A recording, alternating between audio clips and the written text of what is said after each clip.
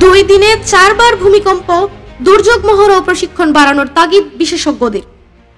একটি বড় মাত্রার ভূমিকম্পে ঢাকার কতটা ক্ষয়ক্ষতি হতে পারে তা নিয়ে সুস্পষ্ট কোনো ধারণা না পাওয়া গেলেও এ নিয়ে আলাপচারিতায় ক্ষতির পরিমাণ বুঝাতে ভয়াবহ, নজিরবিহীন কিংবা কল্পনাতীত এসবের বাইরে কোনো আর কিছু শোনা যায় না।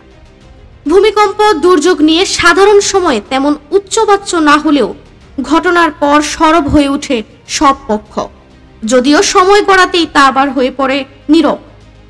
বাস্তবে কাজের কাজ দেখা যায় না। শুক্রবারের 5.7 মাত্রার কম্পনেই রাজধানীর বিভিন্ন ভবনে যে ফাটল দেখা দেয় তা আবারও নতুন করে সামনে নিয়ে এসেছে পুরাতন প্রশ্ন। ঢাকার বহুতল ভবনগুলো কতটা নিরাপদ ও মানসম্মত? বাংলাদেশ প্রকৌশল বিশ্ববিদ্যালয়ের বুয়েট প্রকৌশল বিভাগের অধ্যাপক ডক্টর মেহেদী আহমেদ আনসারী বলেন, কোন বিল্ডিংগুলো বেশি ঝুঁকিপূর্ণ, কোনটা কম ঝুঁকিপূর্ণ এটা যদি আমরা চিহ্নিত করে ফেলতে পারি তাহলে যারা ঝুঁকিমুক্ত তাদেরকে অন্তত আমরা ছেড়ে দিতে পারি। বিল্ডিং চেকের অর্থ কিন্তু সরকার বহন করবে না, সাধারণ মানুষই করবে। সরকার স্ক্রিনিং করে সার্টিফিকেট দিয়ে বলে দেবে তোমরা ঠিক আছো, তোমরা গ্রিন। আর যেসব বিল্ডিং খারাপ তাদেরকে সরকার যথাযথ সহায়তা করবে। বিশেষজ্ঞরা বলছেন, দেশব্যাপী বহুতল ভবন আছে 10 লাখের মতো। কোনটা কতটা ঝুঁকিপূর্ণ তা নিরূপণ করা জরুরি ভিত্তিতে প্রয়োজন।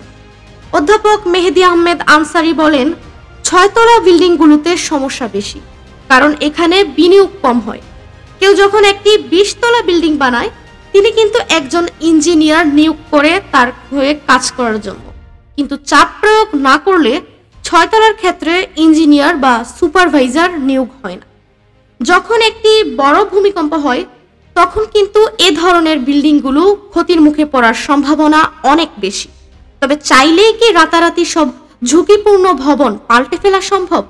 এ বাস্তবতায় নগর পরিকল্পনাবিদদের পরামর্শ দুর্যোগ মহড়া ও প্রশিক্ষণ বাড়ানো। বুয়েটের নগর ও অঞ্চল পরিকল্পনা বিভাগের ডক্টর ইসরাত ইসলাম বলেন, এখন থেকে যত ভবন আমরা নির্মাণ করব সেগুলো নিয়ম অনুযায়ী করব, অর্থাৎ বিল্ডিং কোড মেনে করব। আর ব্যক্তিগত পর্যায়ে আমাদের মগজের মধ্যে ঢুকিয়ে ফেলতে হবে, যদি ভূমিকম্প হয় তখন আমরা আসলে কি করব। শিশুকাল থেকেই বা শিক্ষা প্রতিষ্ঠানে এই মহড়ার আছে।